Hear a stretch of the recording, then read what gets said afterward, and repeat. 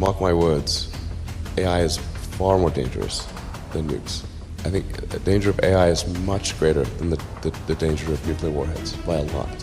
But the point is, yes, there's going to be some changes in jobs. This generation is undergoing a more rapid change of their technological environment than ever before. You know, it's the first time in human history that nobody has any idea how the world would look like in 20 years.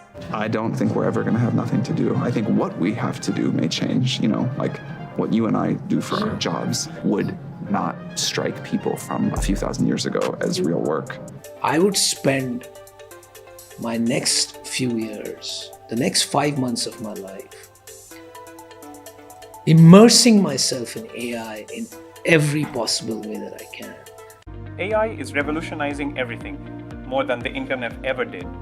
Start your journey with our crash course on prompt engineering, one of the most valuable skills today. The first 1,000 signups get a surprise coupon. Register now and change your future.